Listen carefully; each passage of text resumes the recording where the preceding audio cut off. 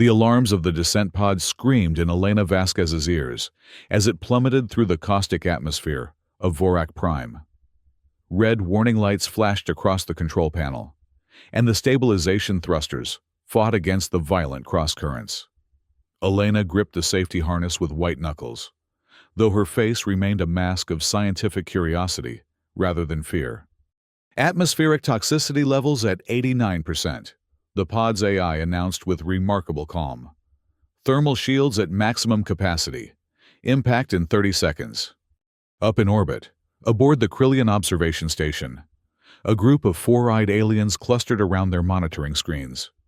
They had been tracking Elena's descent with a mixture of professional detachment and morbid fascination. "I give her 4 hours on the surface," Lieutenant Vixthala said, her upper pair of eyes narrowing, while the lower pair remained fixed on the trajectory calculations. "The human shows remarkable courage, but Vorak Prime doesn't reward courage. It eats it." Captain Zathar, the highest-ranking Krillian observer, clicked his mandibles in disagreement. "Too generous. The toxicity alone will compromise her suit in 2 hours, if the predators don't find her first." A junior officer in the back of the room chirped. "I have allocated 6 hours in the survival pool. Humans are surprisingly resilient when motivated by scientific curiosity, or surprisingly limited in their self-preservation instincts," Captain Zathar countered. All four eyes now focused on the rapidly descending pod. "Either way, we observe, we do not interfere. Those are our orders from the Terran Exploration Consortium." On the pod's command screen, Elena reviewed the briefing one final time. Vorak Prime, a Class 4 death world, assessed by Tech as a moderate challenge for xenobiological survey. The mismatch between this classification and the actual data scrolling past her eyes would have been comical if it weren't potentially fatal. Atmospheric composition, a cocktail of nitrogen, oxygen, and at least 17 toxic compounds. Surface features, acid swamps, carnivorous flora, and shifting tectonic plates. Indigenous fauna predominantly predatory, with at least 12 apex species cataloged from orbit. She hadn't volunteered for this mission. She had been volunteered. As the consortium's leading xenobiologist specializing in hostile environment adaptation, her colleagues had determined she was the most qualified. And, as one administrator had bluntly put it, the most expendable if things go wrong. A violent jolt interrupted her thoughts as the pod broke through the lower atmosphere. The world outside her viewport was a swirling tapestry of purples and deep blues, alien vegetation stretching across the landscape, broken only by jagged rock formations and what appeared to be moving patches of ground. "Preparing for landing," the AI announced. "Surface stability assessment. Marginally acceptable." "Define marginally acceptable," Elena muttered, tightening her harness. "Landing zone is neither actively combusting nor covered in mature carnivorous vegetation," the AI replied. "Probability of immediate death upon exit, 42%. "Lovely." The pod slammed into the surface with enough force to make Elena's teeth rattle. The stabilization jets fired in sequence, preventing a catastrophic roll. And finally, with a series of mechanical groans, the vessel settled into place. For several heartbeats, Elena remained motionless, assessing. Nothing had penetrated the hull. The external sensors showed no immediate threats approaching. The pod systems reported structural integrity at 97%. "Initial landing assessment. Successful," the AI stated. "Exterior conditions remain hostile. Recommendation: maintain sealed environment and request immediate extraction." Elena ignored the suggestion and began the process of suiting up. The xenobiologist armor was the finest Tech had produced. Lightweight adaptive materials that could theoretically withstand most environmental hazards, at least for a limited time. As she secured her helmet, she opened a channel to the Krillian station. "Observation Corps. This is Dr. Vasquez.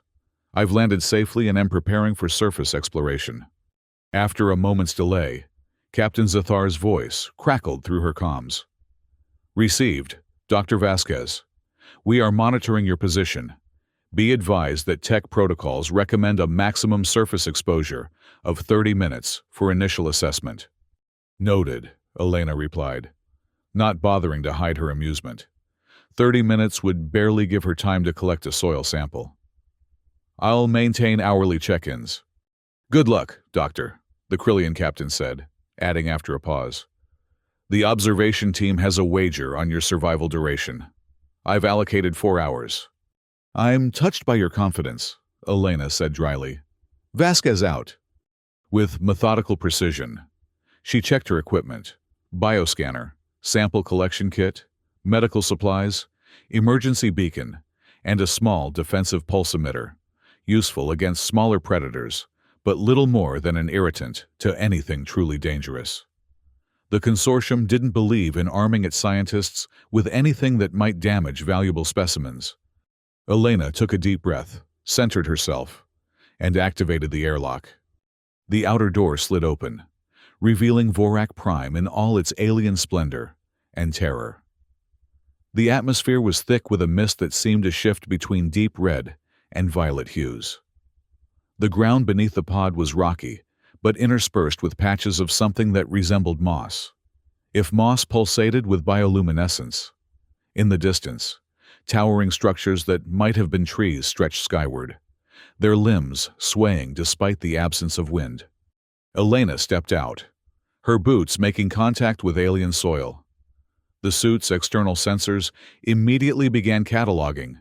Temperature, surprisingly mild at 27 degrees.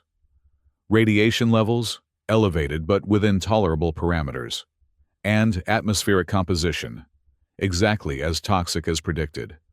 She activated her bioscanner, and the device immediately protested with a series of alarmed beeps. 47 distinct life signs detected within 100-meter radius. The scanners display red, 22 categorized as potentially lethal, 12 categorized as definitely lethal, 3 categorized as fascinating but absolutely will kill you. Elena smiled behind her faceplate. This was why she had become a xenobiologist, to witness the impossible, to document life that defied human understanding. She took a cautious step forward, then another, moving away from the relative safety of the pod. Beginning sample collection, she reported into her comm unit. Initial observations. The purple vegetation appears to exhibit properties consistent with both plant and animal kingdoms. The structures I initially identified as trees seem to be colonial organisms, possibly with a shared neural network. She knelt to examine a patch of the pulsating moss, carefully extracting a sample with her collection tools. The moss recoiled at her touch, then, unexpectedly, reached upward, tiny filaments stretching toward her gloved hand. Fascinating, she murmured. Immediate tactile response and possibly predatory behavior in what appears to be a simple organism. On the Krillian station, the observation team watched in silence. 2 hours had passed since Elena's landing, and she had ventured nearly half a kilometer from her pod, methodically collecting samples and making observations without any sign of distress. She should have been dead by now, Lieutenant Vixthala said, her voice tinged with something that might have been respect. The xenobiologist armor is performing better than expected. It's not the armor, Captain Zathar replied thoughtfully. It's her approach. Notice how she moves, always aware, never rushing. She reads the environment. The junior officer who had wagered 6 hours was looking smugly confident until one of the monitoring screens began flashing red. Captain, the officer called out, sudden alarm in his voice. Massive biological signature approaching Dr. Vasquez's position. Energy reading consistent with, he paused, mandibles clicking rapidly in agitation. Sir, it's a Voracian apex.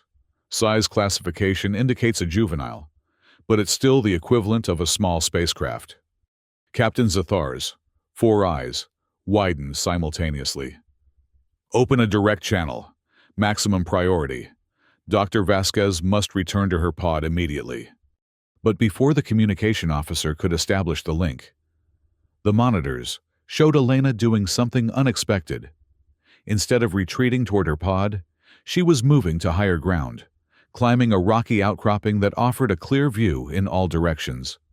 "What is she doing?" Lieutenant Vexthala demanded. "The apex will be on her in minutes."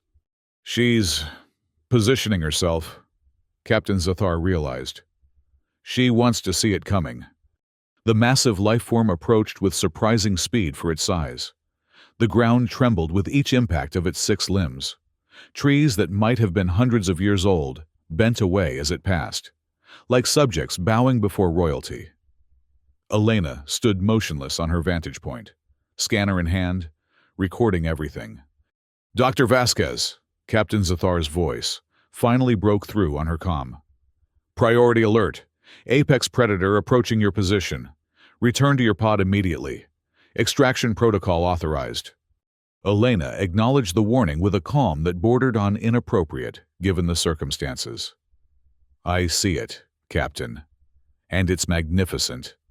The creature that emerged from the violet foliage was beyond anything the orbital scans had prepared her for.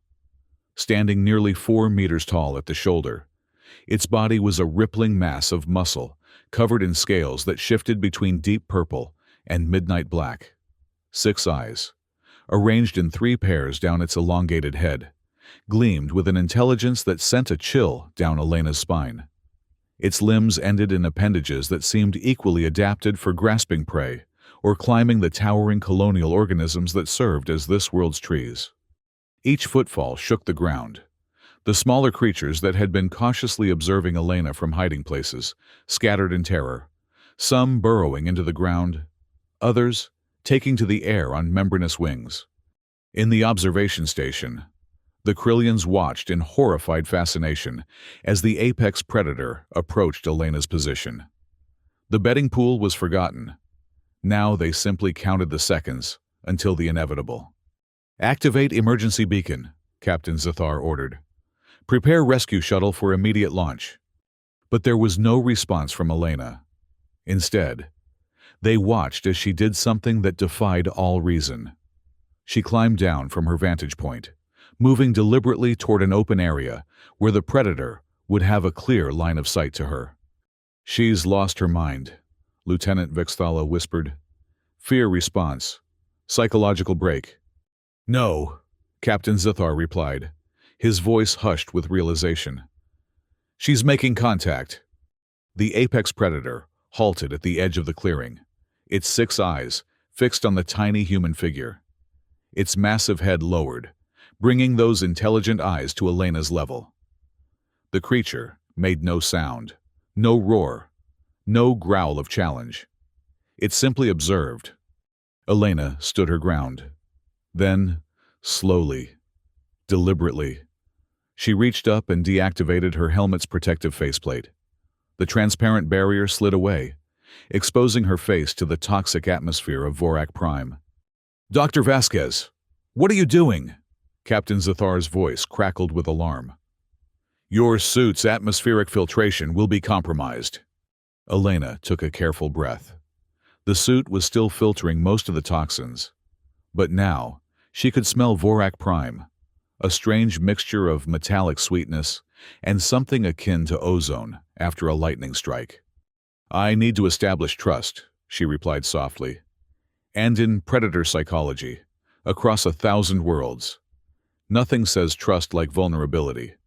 She raised her empty hand, palm outward, in a gesture as old as humanity, a sign of peace, of harmlessness.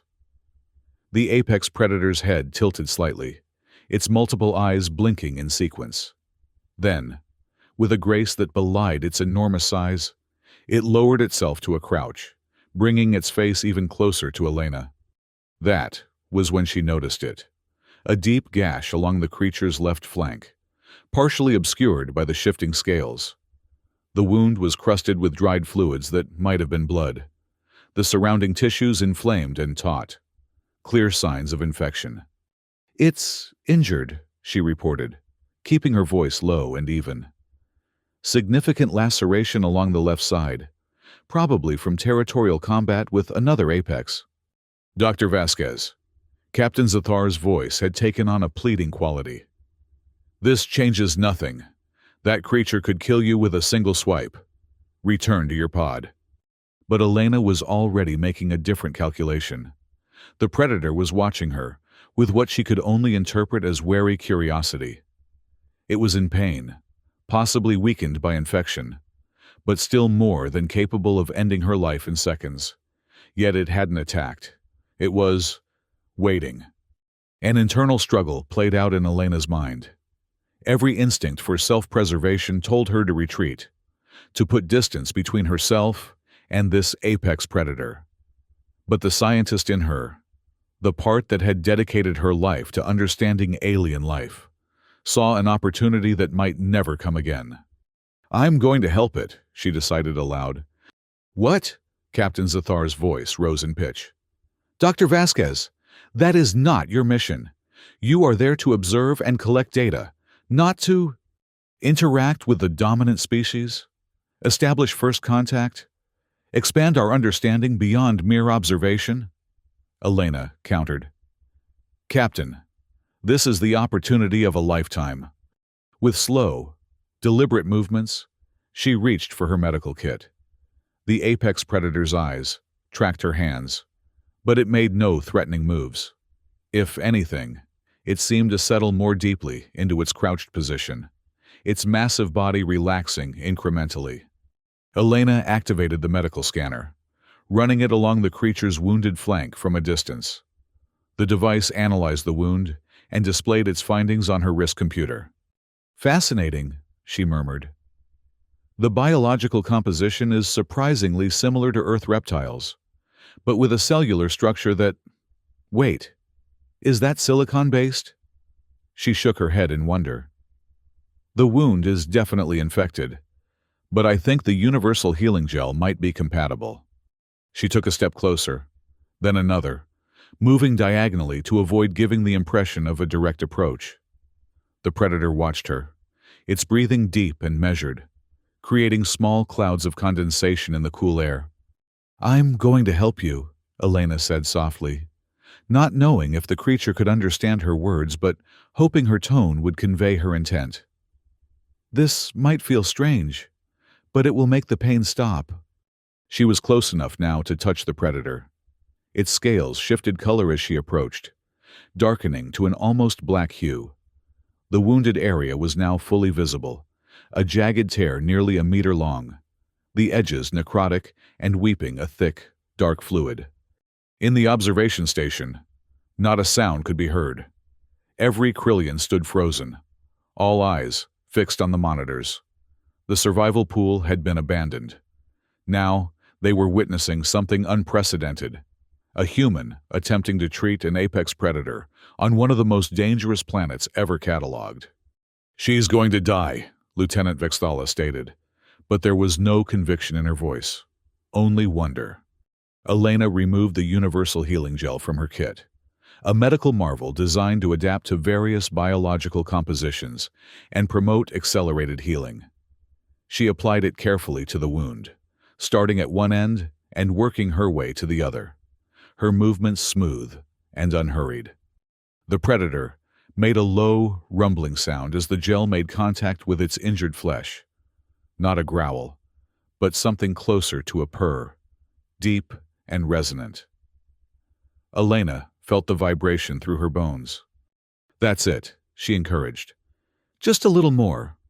When the gel was fully applied, she unfolded a self-adhering bandage designed to conform to any surface and protect the wound while the healing process began. As she pressed it gently into place, the predator's eyes, all 6 of them, closed briefly, as if in relief. And then, something extraordinary happened. The massive creature lowered itself further, until it was lying completely on its side, the wounded flank exposed upward, directly in front of Elena. It had placed itself in a position of complete vulnerability. Captain, Elena's voice was barely above a whisper. Are you seeing this? We see it, Captain Zathar confirmed, his own voice subdued with awe. Dr. Vasquez, you have just... I don't even have words for what you've accomplished. The Predator's eyes were open again, watching Elena with what she could only describe as trust. One of its forelimbs extended slightly, not in threat, but in a gesture that seemed almost inviting. Elena hesitated only a moment before reaching out. Her gloved hand made contact with the creature's scales, which were surprisingly warm and smooth. The Predator made that rumbling sound again, deeper this time, and its eyes closed in what appeared to be contentment. "I believe," Elena said, a smile evident in her voice, "that I've just been adopted."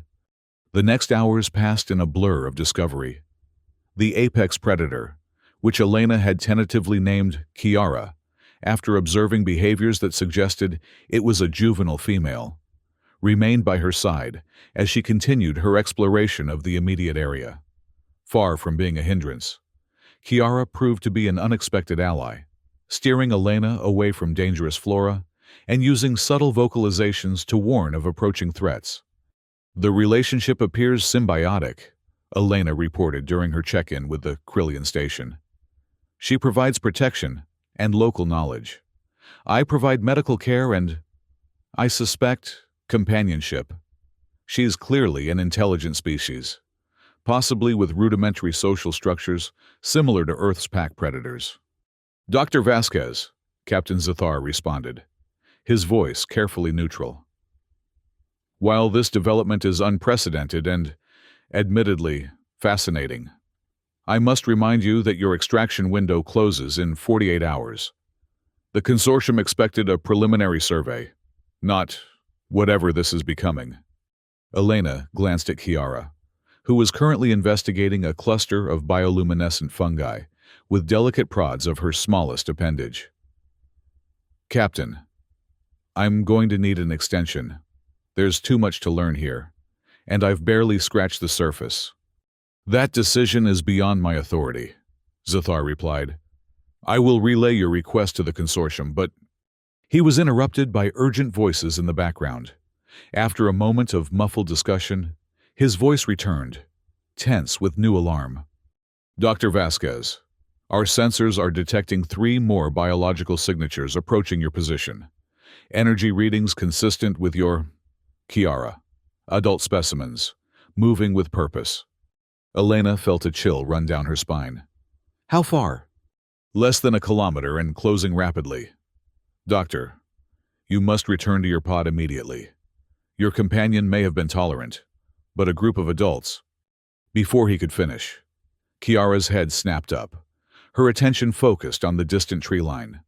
A low, vibrating growl emerged from her throat, not the contented rumble Elena had come to recognize, but something sharper, more alert. "I think they're already here," Elena said quietly.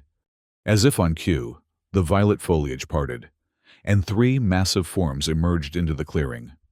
They were similar to Kiara in overall appearance, but larger, much larger.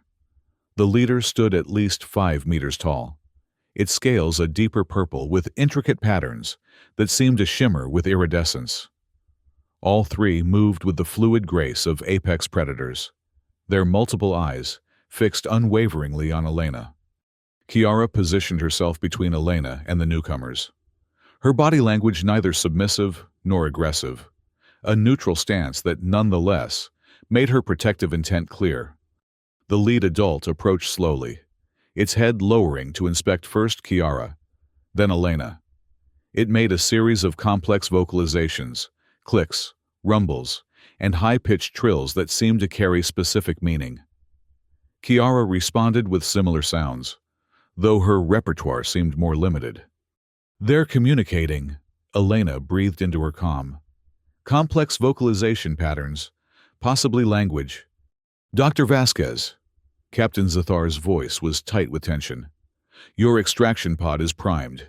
If you run now, you might reach it before..." "Before what?" Elena challenged. "Before I witness first contact with an intelligent species? Before I learn something that could revolutionize our understanding of xenobiology?" The lead adult completed its inspection of Kiara, focusing particularly on the bandaged wound. It made a sound that Elena could only describe as approving, then turned its full attention to her. 6 intelligent eyes studied her with an intensity that made her heart race. But there was no aggression in that gaze, only a calculating curiosity. Then, with deliberate slowness, the adult extended one of its upper limbs toward Elena. The appendage ended in something between a hand and a paw, with 3 digits that appeared capable of fine manipulation. The middle digit was extended, pointing directly at her. Kiara made an encouraging sound, nudging Elena gently with her head. Understanding dawned. This was a test, or perhaps a greeting. Following her instincts, Elena raised her own hand and extended her index finger, mirroring the gesture. She stepped forward until the tip of her finger made contact with the creature's digit. A jolt of something, not quite electricity, but a sensation of connection, ran up her arm. The adult's eyes blinked in sequence, and then it made a sound unlike anything Elena had heard before, a harmonic resonance that seemed to vibrate at multiple frequencies simultaneously.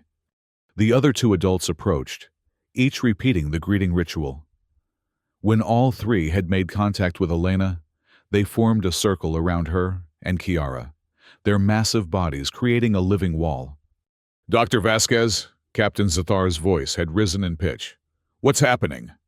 Elena watched in amazement as the adults began a complex series of movements, almost a dance, with rhythmic steps and synchronized vocalizations. Kiara remained close to her side, occasionally adding her own voice to the chorus. "I think," Elena said slowly, "I'm being formally inducted into their social structure." The ceremony, if that's what it was, lasted nearly an hour. By its conclusion, the adults had accepted Elena's presence, occasionally approaching to inspect her equipment or gently touch her shoulder with their digits. Kiara had grown increasingly relaxed, eventually settling beside Elena in a posture that reminded her startlingly of a child curling up beside its mother. As night fell on Vorak Prime, Elena found herself in a situation no xenobiologist had ever documented, sitting in a protective circle of apex predators, recording observations as Kiara slept peacefully against her side. The wound she had treated was already showing signs of improvement, the self-healing bandage working in concert with the creature's remarkable biology. "Krillian observation," she reported, her voice soft to avoid disturbing her new companions. "I need to speak directly with the consortium. My mission parameters require significant revision." After a moment of silence, a new voice came through her comm, the clipped, efficient tones of a tech administrator. "Dr. Vasquez, this is Director Hadrian. We've been monitoring the situation. Your request for mission extension is granted, but with conditions." "Name them," Elena replied, absently stroking Kiara's scales as the juvenile shifted in her sleep. "First, you will accept a daily medical scan to monitor your exposure to Vorak Prime's atmosphere. Second, you will establish a permanent communication link with the Krillian station. Third, you will focus your research on the apex species you've contacted, their biology, social structure, and potential for future diplomatic relations." Elena blinked in surprise. "Diplomatic relations? Director, I was sent here for a basic xenobiological survey." "Circumstances have changed," Hadrian stated flatly. "You've made first contact with an intelligent species on a death world. The scientific implications are significant, but the diplomatic possibilities are unprecedented. The consortium is reallocating resources as we speak. Your new designation is Interspecies Cultural Attaché." A laugh escaped Elena before she could stop it. "I'm a xenobiologist, not a diplomat." "You're whatever Vorak Prime requires you to be," the director countered. "And right now, that appears to be a human who can communicate with apex predators. Additional supplies will be dropped within 48 hours, including enhanced medical equipment, linguistic analysis tools, and a portable shelter. Your new extraction date is indefinite, pending results. As the communication ended, Elena leaned back against Kiara's warm flank, gazing up at the alien sky. Vorik Prime's 3 moons cast overlapping shadows across the landscape, creating patterns of light and dark that seemed to dance among the bioluminescent flora. "Well, Kiara," she whispered to her sleeping companion, "it seems you and I are going to be together for quite some time." The juvenile predator made a contented rumbling sound in her sleep. Her massive body curled protectively around the tiny human who had become, against all odds and expectations, something between a caretaker and a family member. In the weeks that followed, Elena's understanding of the apex species, which she formally named Varkian Apex Cooperatives in her reports, expanded exponentially. With the help of linguistic analysis tools and Kiara's increasing attempts at communication, she began to grasp the fundamentals of their social structure. The group consisted of a familial unit, Valara, the dominant female, and likely Kiara's biological mother, Thrax, a slightly smaller male who shared hunting and protection duties, and 2 other juveniles, Mara and Call, who appeared to be from the same clutch as Kiara. Their society was complex, with clearly defined roles that shifted based on environmental conditions and threats. Most surprisingly, the Varkians displayed a level of technological development that had been completely missed by orbital surveys. Hidden among the towering vegetation were structures, not primitive shelters, but carefully engineered spaces that incorporated living plants and geological features. They used tools fashioned from materials Elena initially couldn't identify, until analysis revealed them to be biocomposites of plant fiber and mineralized secretions from the Varkians themselves. "They're not just intelligent," she reported to Captain Zathar during one of their daily check-ins. "They're civilization builders. Pre-industrial, certainly, but with a sophisticated understanding of their environment and how to manipulate it. Their relationship with the ecosystem is symbiotic rather than exploitative." The Krillian captain had become increasingly invested in Elena's discoveries, often extending their scheduled communications to ask detailed questions. "Have you determined why they accepted you so readily? Most territorial species would have eliminated an intruder, especially one as, forgive me, fragile as a human." Elena glanced at Kiara, who was demonstrating to the other juveniles how to use Elena's sample collection tools, a sight that still struck her as surreal. "I believe it was a combination of factors. The medical assistance I provided to Kiara established an initial trust bond, but there's something more fundamental at work." She hesitated, aware of how her next theory would sound. "Captain, I think they recognized me as a sapient being, not just through my technology or actions, but something more instinctive. They possess a form of empathy that transcends species boundaries." The evidence for this theory had accumulated steadily. The Varkians adjusted their behavior around Elena in ways that demonstrated awareness of her physical limitations. They modulated their vocalizations to frequencies she could perceive more easily. They shared food, carefully selecting items their analysis indicated would be non-toxic to her physiology. Most tellingly, they included her in their communal activities, from hunting, where she served primarily as an observer, to what appeared to be educational sessions for the juveniles. Kiara, in particular, had formed a bond with Elena that defied conventional xenobiological categories. The juvenile predator slept beside Elena's portable shelter each night, learned simple human words and gestures with surprising speed, and displayed what could only be described as protective behavior, alerting Elena to environmental hazards and positioning herself between the human and any potential threat. 6 months into what had originally been planned as a 2-week survey mission, the consortium officially redesignated the Vorak Prime project as the Cross-Species Cultural Integration Initiative. Elena's temporary shelter had evolved into a permanent research station, equipped with laboratories, communication arrays, and living quarters designed for long-term habitation.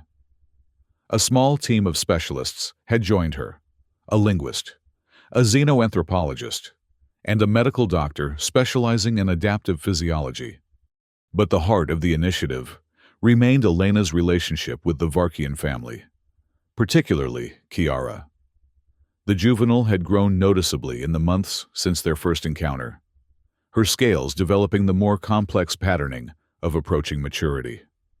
Her wound had healed completely, leaving only a faint line that would eventually disappear as her scales renewed.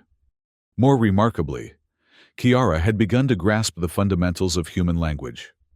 Her vocal apparatus couldn't reproduce most sounds, but she had developed a combination of vocalizations, gestures, and written symbols, traced in soil or bark, that allowed for increasingly complex communication. "She asked me about the stars today," Elena told Captain Zathar during one evening check-in. "Not just what they are, but whether I came from them, and if there are others like me there. She's developing a cosmological awareness. Captain, she understands that I'm extraterrestrial." The Krillian captain was silent for a moment. "Dr. Vasquez, do you realize what this means for the consortium's classification systems? Vorak Prime was categorized as a death world, a biological treasure trove, certainly, but primarily a source of scientific data and potentially useful compounds. If the Varkians are recognized as a sapient species with proto-technological development, everything changes," Elena finished for him. "I know. The protection protocols would be activated. Vorak Prime would be designated a developing world, closed to exploitation. There are corporate interests that would not welcome such a reclassification," Zathar warned. The preliminary chemical analysis of Vorak Prime's flora indicated several compounds with significant pharmaceutical potential. Elena looked out from her station's observation deck to where Kiara was engaged in what appeared to be a teaching session with her siblings, demonstrating how to use a tool she had fashioned from fallen vegetation and mineralized clay. The tool was a crude approximation of one of Elena's sample collectors, but the principle was sound, and the creativity it represented was undeniable. "Let them try to argue against sapience," she said firmly. "I have months of documentation. The linguistic progression alone would satisfy any reasonable standard." The debate within the consortium raged for weeks. Elena submitted report after report, each more compelling than the last. The Krillian Observation Corps, initially neutral observers, became vocal advocates for the Varkians' recognition, with Captain Zathar personally addressing the consortium's Ethical Oversight Committee. Finally, a decision was reached. Vorak Prime was officially reclassified as a protected development sphere, with all commercial exploitation indefinitely suspended. The Cross-Species Cultural Integration Initiative was expanded, with additional resources allocated for long-term study and diplomatic engagement. On the day the official notification arrived, Elena found herself sitting with Valara, the matriarch of the Varkian family, watching as the juveniles engaged in what could only be described as play, a complex game involving tracking, stealth, and problem-solving that seemed designed to develop hunting skills in a safe context. Using the communication system they had developed over months of interaction, Elena attempted to explain the significance of the consortium's decision. "Your world is protected now," she said, combining spoken words with gestures and symbols drawn in the soil. "Other humans will not take from it without permission. Your family, your people, have rights that will be respected." Valara regarded her with those intelligent eyes, then made a series of vocalizations that the translation matrix interpreted, with limited accuracy. "Stars, people understand family bond now." "Good," Kiara said would happen. Elena blinked in surprise. "Kiara predicted this." The matriarch made a sound that Elena had come to recognize as amusement. "Kiara knows you. Says you have strong protect instinct, like mother for young. Said you would make stars people understand we are family too." The simple profundity of the statement struck Elena deeply. All her scientific reports, all the linguistic analysis, and documented evidence of tool use and social complexity. In the end, what had swayed the consortium was something far more fundamental. The recognition of a shared capacity for family bonds, for protection of the vulnerable, for the extension of care beyond one's own kind. That evening, as Vorak Prime's moons rose over the research station, Elena sat with Kiara on a ridge overlooking the valley that had become their shared home. The juvenile, no longer quite so juvenile, was tracing symbols in a tablet Elena had given her, practicing the written form of human language with remarkable dedication. "Kiara," Elena said softly, "why did you trust me that first day, when I treated your wound? You could have killed me easily." Kiara set down the tablet and considered the question, her scales shifting through thoughtful patterns of deep blue and violet. Finally, she combined vocalization, gesture, and a symbol traced in the soil beside them. "Saw your eyes. No fear anger, only help curiosity, like family." "But we're so different," Elena pressed. "Different species, different worlds." Kiara made the Varkian equivalent of a shrug, a ripple of scales from head to tail.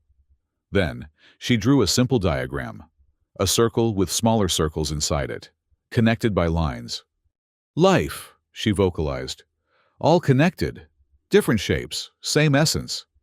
She then curled her massive body around Elena in a now familiar posture, protective, affectionate, the interspecies equivalent of an embrace. Despite her growing size and power, Kiara still occasionally reverted to this childlike behavior, seeking comfort in proximity, just as she had that first day when Elena had treated her wound.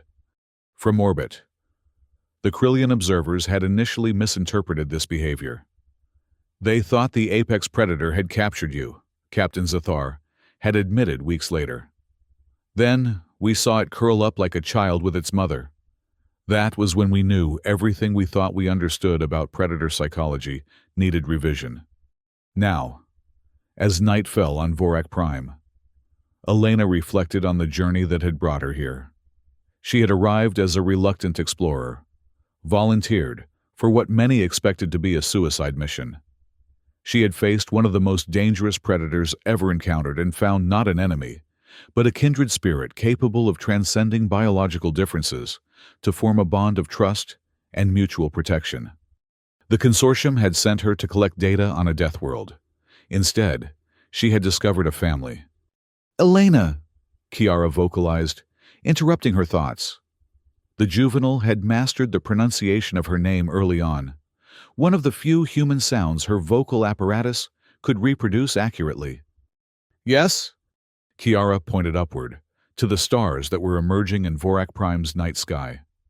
Then, she traced a question in the soil. "Teach me more about there?"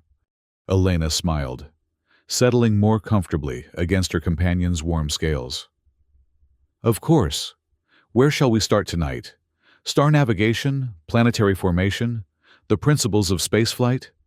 Kiara considered, her 6 eyes blinking in thoughtful sequence. Then she traced a single word: everything. And so, beneath the alien constellations of Vorak Prime, a human xenobiologist and a Varkian apex predator continued their unlikely journey of mutual discovery, a journey that had begun with a wound and a healing touch, and had expanded to encompass worlds beyond either of their imaginations.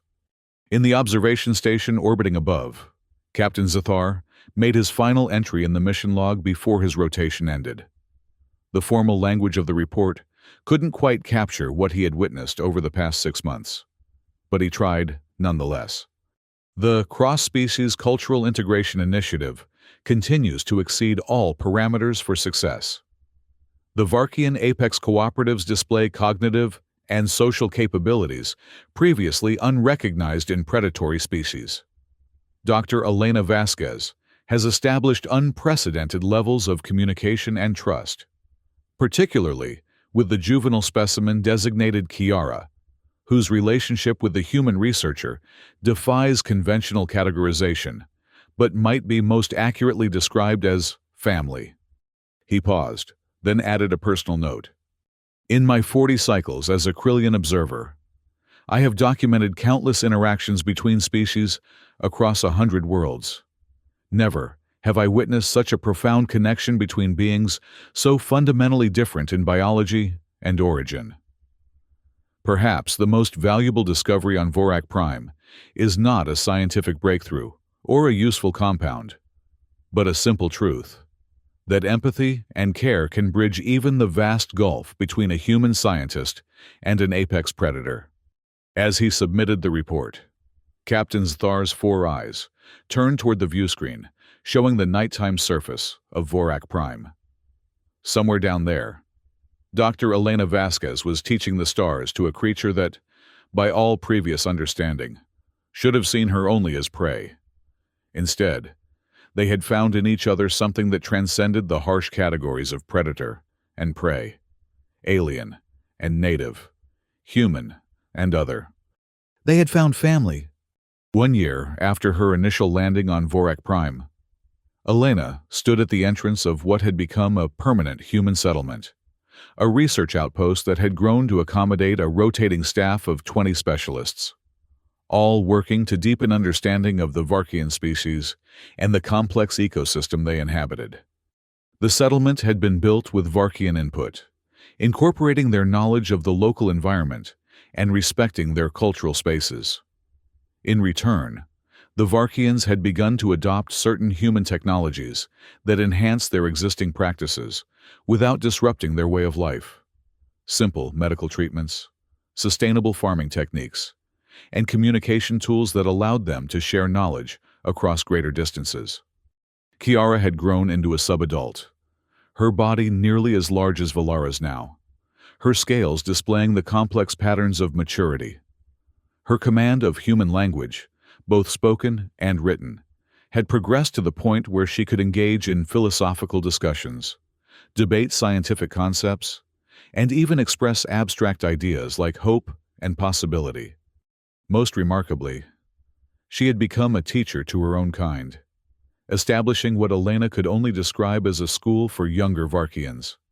Under a canopy of living vegetation, Kiara would gather the juveniles from several family groups and introduce them to human concepts, technologies, and perspectives, always careful to contextualize these new ideas within Varkian cultural frameworks. Today I taught about Star's birth, Kiara told Elena as they shared the evening meal. A carefully balanced combination of native plants for Elena, analyzed and certified safe by the xenobiological team, and protein-rich fauna for Kiara. Young ones understand stars are big fire spheres, very far. Ask many good questions. What kind of questions? Elena asked, always fascinated by the Varkian learning process. Kiara's scales rippled in amusement. If stars are fire, why not go out in rain? If so far, how humans come here? If humans from stars, are there others not human from other stars?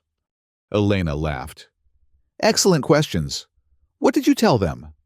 That star's too big for rain, that humans have metal shells that fly between stars, and that yes, many different kinds exist, like Krillians. Kiara tilted her head thoughtfully. Young ones, very interested in 4 eyes watching from above. Want to meet them. The suggestion caught Elena by surprise. The Krillian Observation Corps had maintained their orbital position throughout the development of the initiative, but their direct interaction with the surface had been minimal, limited to supply drops and occasional shuttle landings for personnel rotation. You think the juveniles are ready for direct contact with another alien species? She asked.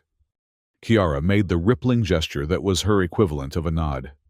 Ready, curious. Need to understand Galaxy has many different families.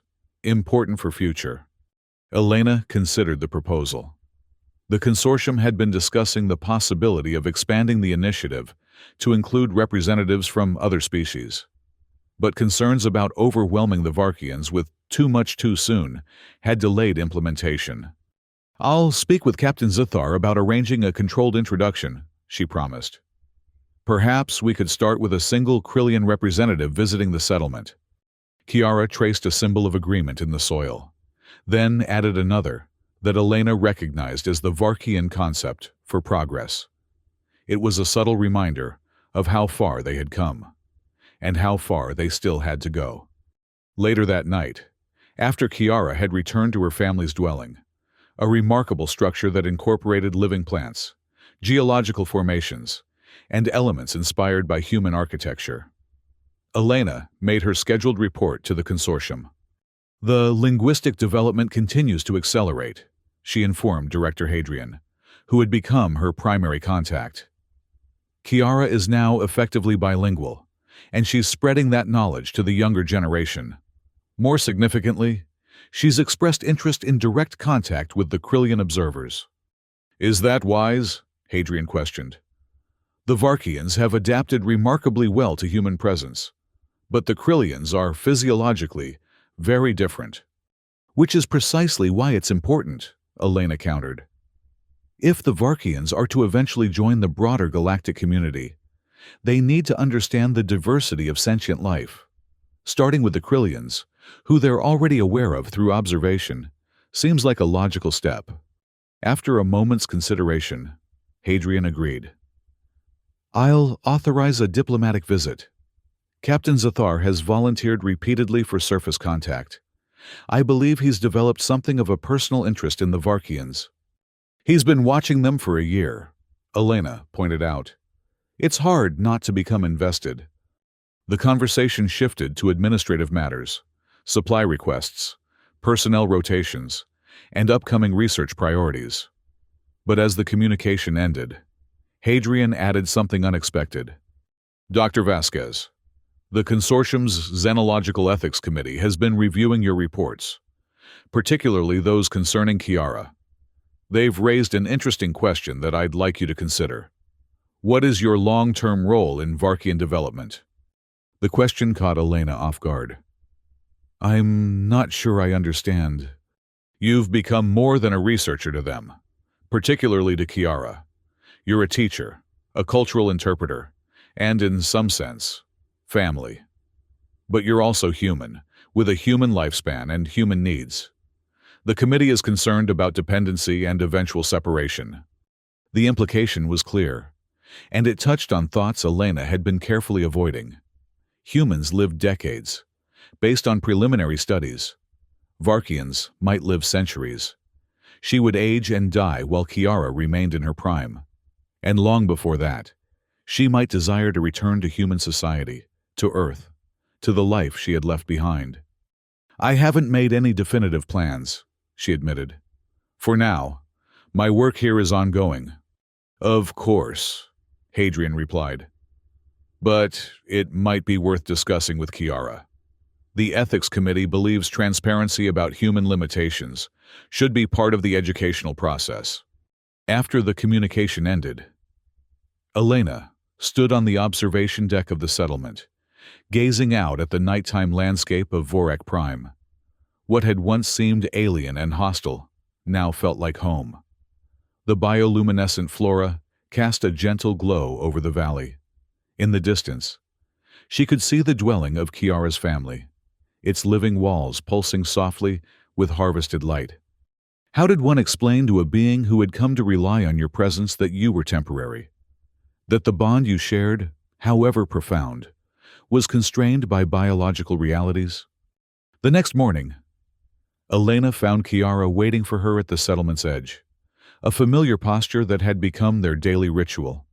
Together, they would walk the perimeter, checking monitoring equipment and gathering data on overnight developments in the ecosystem. Today, however, Kiara seemed unusually contemplative, her scales shifting through patterns that Elena recognized as indicative of deep thought. Something on your mind? Elena asked, as they followed a path through what the human researchers had dubbed the transition zone, an area where the settlement's controlled environment gradually gave way to Vorak Prime's wild ecology. Kiara made a sound that corresponded roughly to a human sigh. Thinking about time, she replied, combining vocalization with gesture. Human time. Varkian time. Different rates. Elena felt a chill that had nothing to do with the morning air.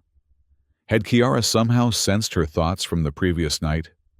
The connection between them had deepened over months of close interaction, but she had never believed it extended to actual telepathy. "What about time?" she asked carefully. Kiara stopped walking and turned to face Elena fully.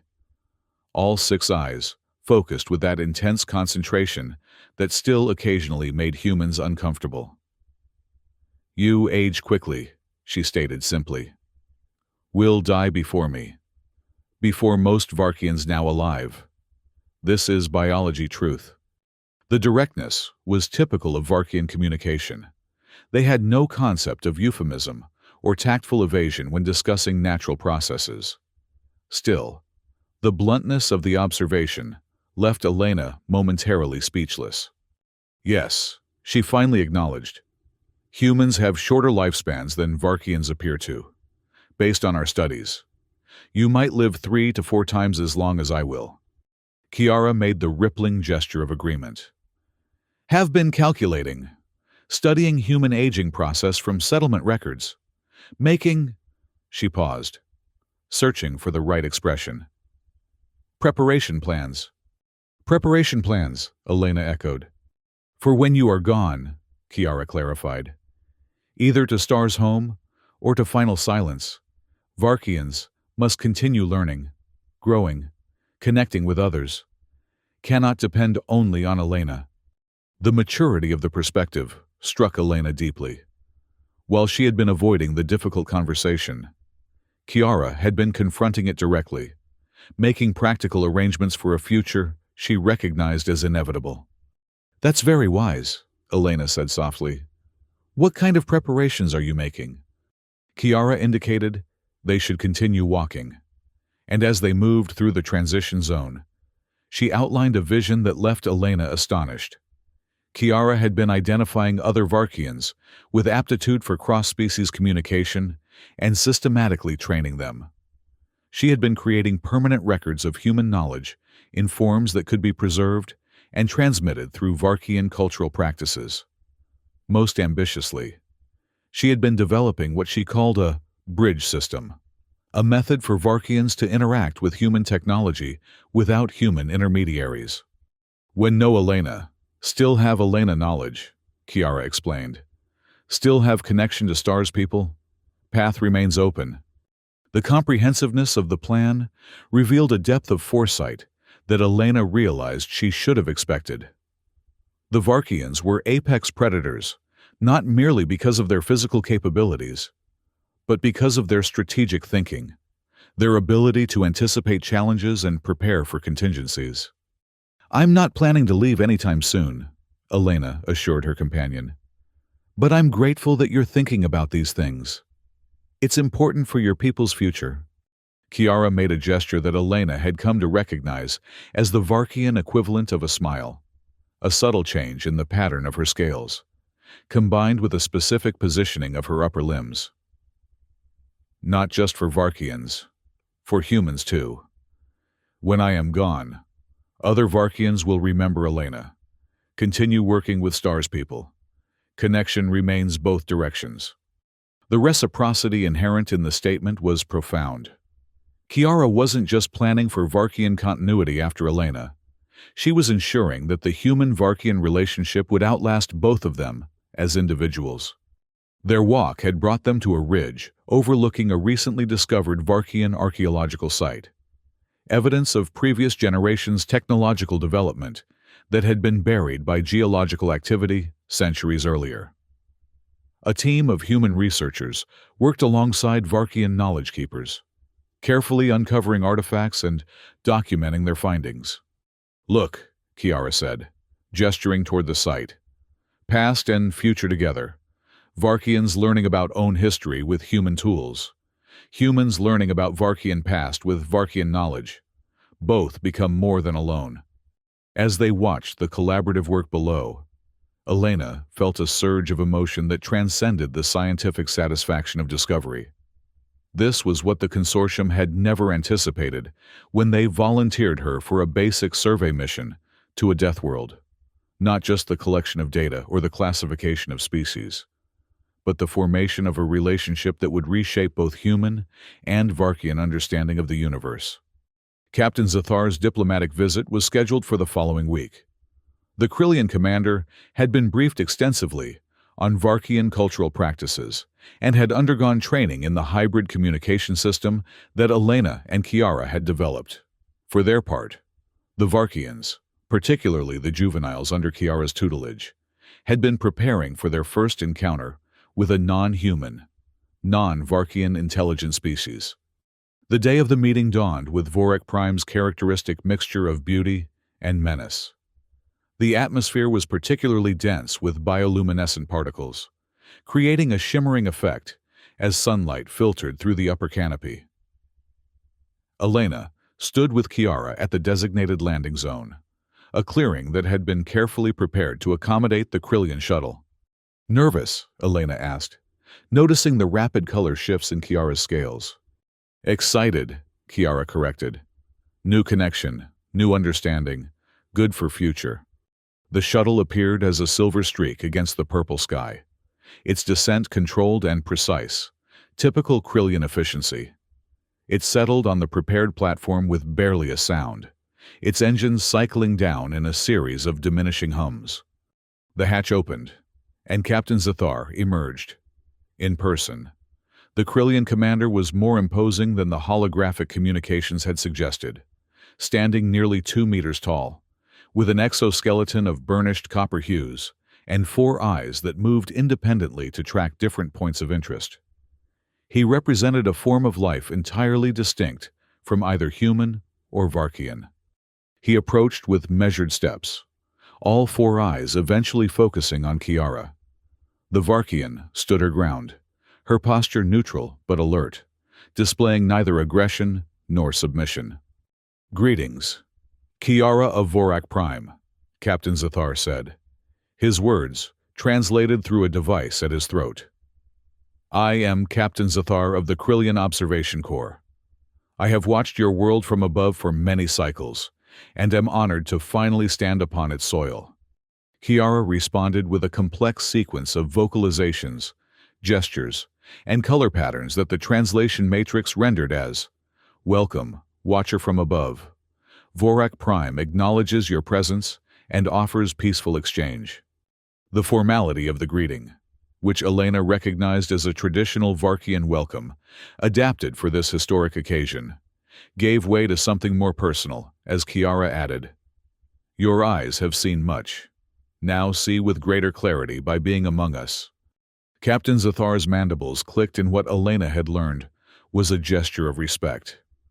Wisdom from an apex predator. The universe continues to surprise me. The initial meeting expanded as planned to include a wider circle of Varkians. First, the juveniles from Kiara's teaching group. Then, representatives from several family units, including Valara and Thrax. The Krillian captain handled each introduction with diplomatic precision, demonstrating a respect for Varkian customs that Elena found impressive. As the day progressed, the gathering moved to a communal space where both species could interact more naturally. The juveniles, initially cautious, soon bombarded Captain Zathar with questions about Krillian biology, culture, and technology. The captain answered with patience, occasionally looking to Elena or Kiara for guidance on appropriate complexity levels.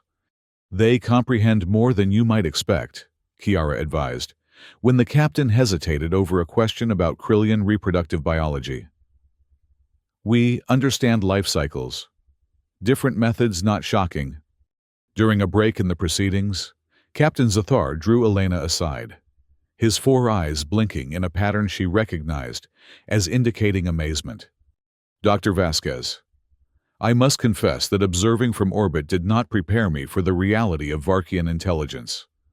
The subtlety of their communication, the depth of their understanding, it exceeds our most optimistic assessments." "They've surprised me at every turn," Elena agreed. "Especially Kiara. Her capacity for abstract thought and long-term planning rivals or exceeds our own. The captain's upper eyes swiveled to where Kiara was demonstrating a Varkian cognitive exercise to a group of fascinated Krillian researchers who had accompanied him. She is exceptional even among her kind. I think a bridge builder, like yourself. She's been planning for succession, Elena revealed. Ensuring that human-Varkian relations continue after I'm gone. Captain Zathar's mandibles clicked thoughtfully. A sign of true intelligence, the ability to plan beyond one's own existence. He paused, then added, the consortium is discussing the possibility of offering Varkian representatives the opportunity to visit other worlds. Not immediately, but perhaps within a few of their years. What do you think? The question gave Elena pause. The Varkians had adapted remarkably well to human presence on their world.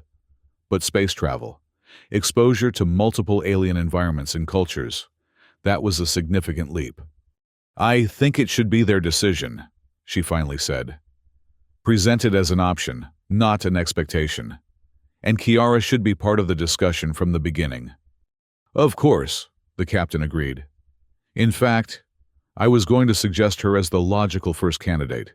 When the time comes, the idea of Kiara leaving Vorak Prime, traveling to Earth or other worlds, experiencing the broader galactic community, created a complex mixture of emotions in Elena. Pride in her companion's growth and potential. Concern for how she would be received in environments where apex predators were not typically welcomed with open arms. And beneath it all, a recognition that the relationship between them was evolving beyond the boundaries of mentor and student, researcher and subject. They were becoming equals in a journey neither had anticipated. The diplomatic visit concluded with a ceremonial exchange of gifts. Captain Zathar presented the Varkians with a holographic star map showing their place in the galaxy. In return, Valara offered a Varkian memory stone, a specially treated crystal that, when activated, projected images and sounds recorded by previous generations. Our past, Valara explained through the translation matrix, given freely to those who watch from above, so you may understand the path we have walked before Stars people came. As the Krillian shuttle prepared for departure, Captain Zathar made a final gesture that surprised even Elena. He presented Kiara with a communication device, a direct link to the observation station that would allow her to contact him without human intermediaries.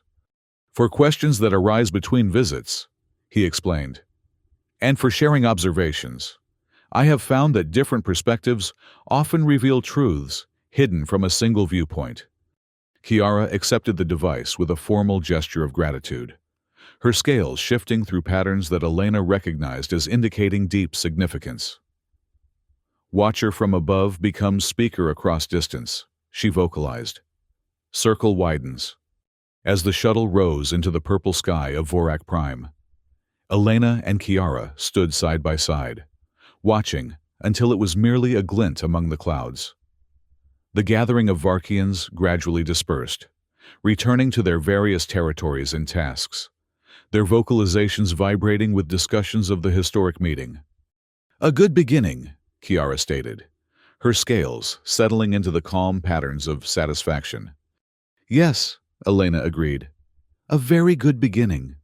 That night, as they sat beneath the alien stars that had once seemed so distant and were now becoming familiar points in a shared cosmology, Kiara traced a simple question in the soil.